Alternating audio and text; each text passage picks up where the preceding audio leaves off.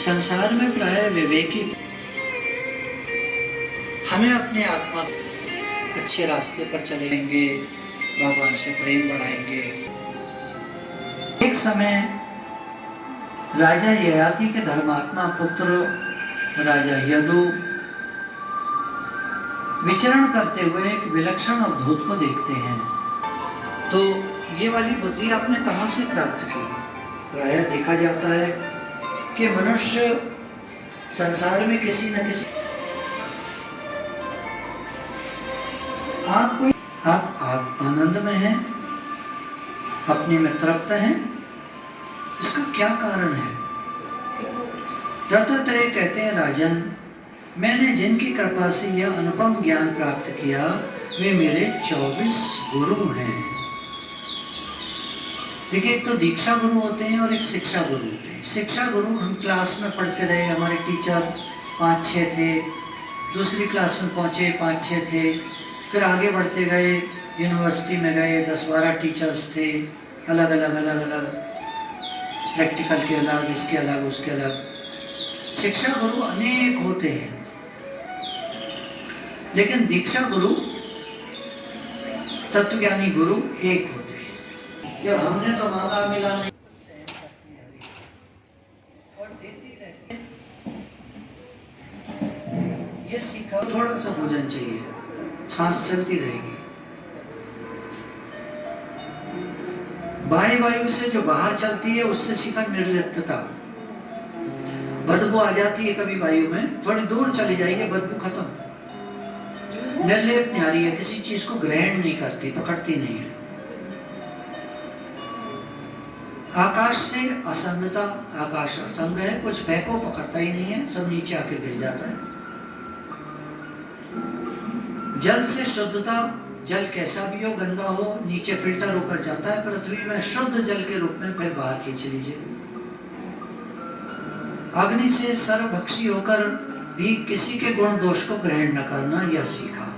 अग्नि जो है सब कुछ खा जाती है, जो डाल दो सब भस्म हो जाता है, पर किसी के गुण दोष को ग्रहण नहीं करती, सब भस्म कर देती है। साधक भी किसी के गुण दोष के चक्कर में न पड़ेगी, ऐसा है ये, वैसा है ये, ऐसा है वैसा। क्या करोगे? जो जैसा है वो तो वैसे ही रहेगा। तुम बोल बोल के अपना और मन खराब कर रहे हो। छोड़ो, इग्नोर करो। बहुत बढ़िया बात है, इग्नोर करो। चंद्रमा से आत्मा का अविनाशी और शरीर का विनाशी भाव सीखा। चंद्रमा घटता बढ़ता रहता है, शरीर जन्म लेता है, बढ़ता है, उसके बाद बुढ़ापा आने लगता है, क्षीण होने लगता है, विनाश को प्राप्त होने लगता है और एक दिन मर जाता है। काली अंधेरी रात, अमावस्या, फिर बढ़ने लगता है, पर नाना उपाधियों से प्रतीत होता है। अनेक सूर्य एक है, बहुत सारे प्याले रखे हों, खूब सुनो। कभी किसी से अत्यंत प्रेम या संग न करें। ये बहुत हम लोगों के सीखने की बात है। हम लोग गृहस्थी लोग हैं, हम लोग इसी चक्कर में मारे जाते हैं। कह रहे हैं आप शादी करो, बच्चे हो, सब हो आपके, पर मन अपना भगवान में लगाओ। गृहस्थी में मत फंसाओ ज्यादा। थोड़ा करो, अच्छा करो, अच्छे से करो, प्रेम से करो, पर मन को बार बार भगवान में लगाओ। नाम जप बहुत बढ़िया चीज है। हाथ रहे काम में, मन रहे राम में। हे राजन, एक बार की बात है, मैंने देखा एक कबूतर एक जंगल में घोंसला बनाकर कबूतरी के साथ रहा करता था। उन दोनों बहुत प्रेम था, एक दूसरे से कभी अलग नहीं होते थे।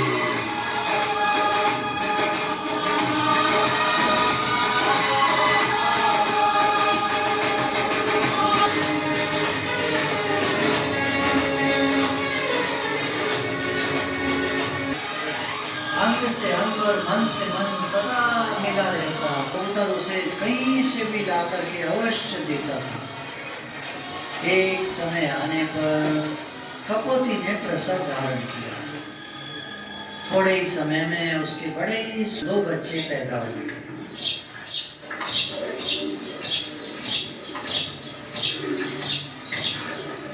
कपोती और कपोत उन बच्चों के मधुर मधुर ची ची शब्द एवं उनके इधर उधर फदकने पर बड़े प्रसन्न होते, अपने जीवन को सफल मानते।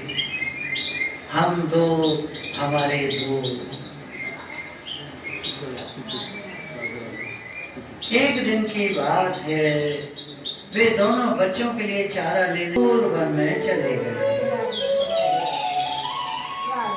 विधाता को क्या कहें, संसार में किसी जाल फैला दिया उसने, आकर नीचे आकर धप से जाल पर गिर पड़ी। जब कपोती और कपोत चारा लेकर लौटे, तब जाल में फंसे बच्चों को देखकर कपोती बुरी तरह बिलखने लगी और इधर उधर फड़फड़ाती हुई अंततः वो भी जाल में जा गिरी और स्वयं भी फंस गई। कपोत ने भी अपनी प्राण प्यारी पत्नी और बच्चों को इस प्रकार जाल में फंसे देखकर बड़ा ही करुण विलाप किया और वह भी दुखित हो उसी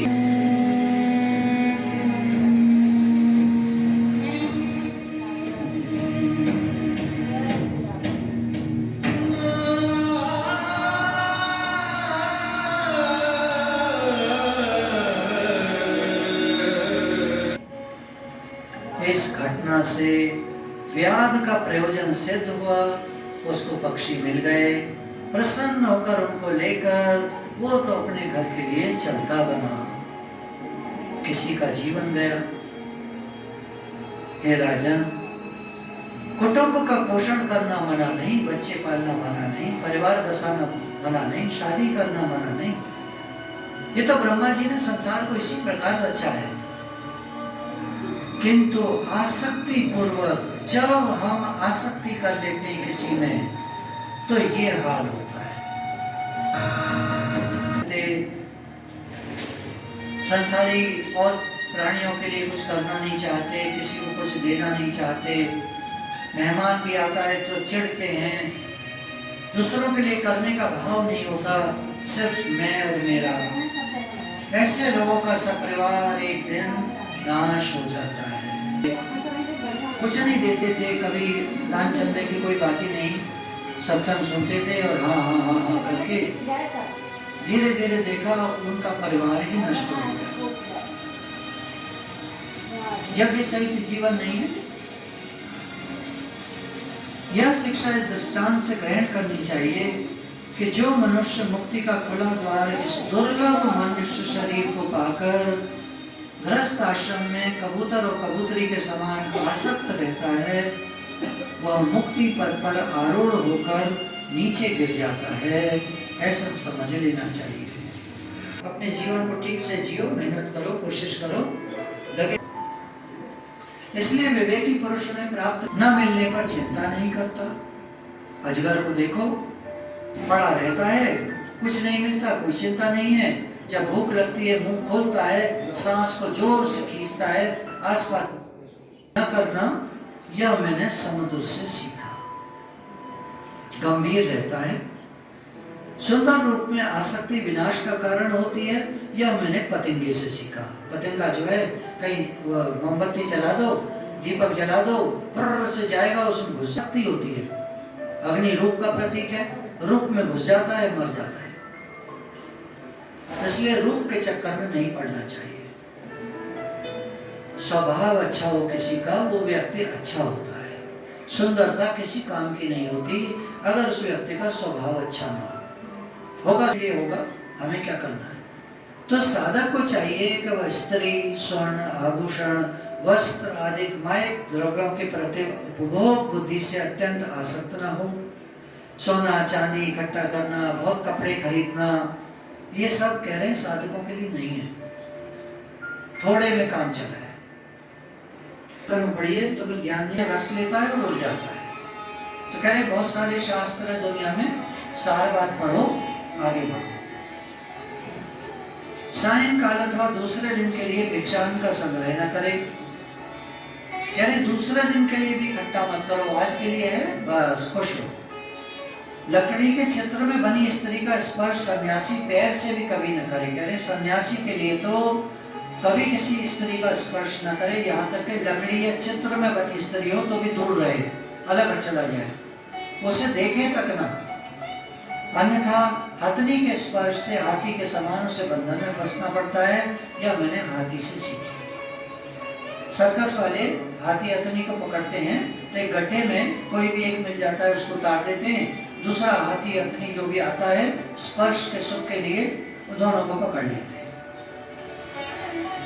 जो लोभी मनुष्य किसी एक को कौड़ी भी उधार कर नहीं देते, धन इकट्ठा करके स्वयं भी उसका इस्तेमाल नहीं करते, ऐसे पापियों का धन दूसरे ही हरण कर मौज उड़ाते हैं। जो पैसा जमा करते हैं, खर्च नहीं करते, वो छोड़कर मर जाते हैं।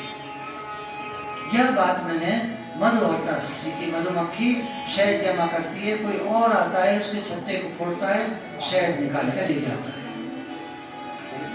भगवत संबंधी कीर्तन तथा गानों के अतिरिक्त कभी स्त्रियों के गंदे गीत न सुने। यह मैंने व्याध के गान पर मोहित हो बंधन में पड़े हिरण से सीखा। हिरण को पकड़ने वाला व्याध जो होता है वो बीन बजाता है, बड़ी सुंदर बांसुरी बीन बजाता है। हिरण एकदम खड़े मोहित हो जाते हैं और अचानक जाल डाल देता है और पकड़ में आ जाते हैं। कहते होते हैं उनको कभी भी स्त्रियों के चक्कर में नहीं पड़ना चाहिए। उनके गंदे गाने या कोई गीत वगैरह ये सब नहीं सुनने चाहिए। रेडियो टेलीविजन पे तरह तरह के गाने बजते रहते हैं। साधकों को चाहिए ये सब के चक्कर में न पड़े। खाने को लपकती है और कांटे में फंस जाती है, मारी जाती है। दूसरों से किसी प्रकार की कोई आशा। एक वेश्या विदर्भ नगर में रहा करती थी। सायंकाल होने पर वह सुंदर श्रृंगार कर खिड़की पर जा बैठती।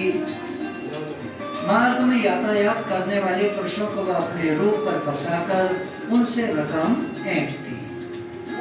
एक दिन, भाग्य की बात है, संसार में सीन चेंज होते रहते हैं। इसी प्रकार सज धज कर बैठी थी, पुरुषों की राह दिख रही थी। कभी इधर झांकती, कभी उधर झांकती। क्या कहूं, रति और धन दोनों के अमोघ दाता करने लगी जो मरने वाले हैं। मैंने व्यर्थ इस निंदित वृत्ति द्वारा अपनी आत्मा को कष्ट पहुंचाया। यह मनुष्य शरीर कितना घृणित है। इससे तो मल के 9 पनारे दिन रात निकलते हैं। मल मूत्र कफ इत्यादि गंदी वस्तुएं भरी हैं, जिसमें दुर्गंध से भरा हुआ मल मूत्र का पात्र है।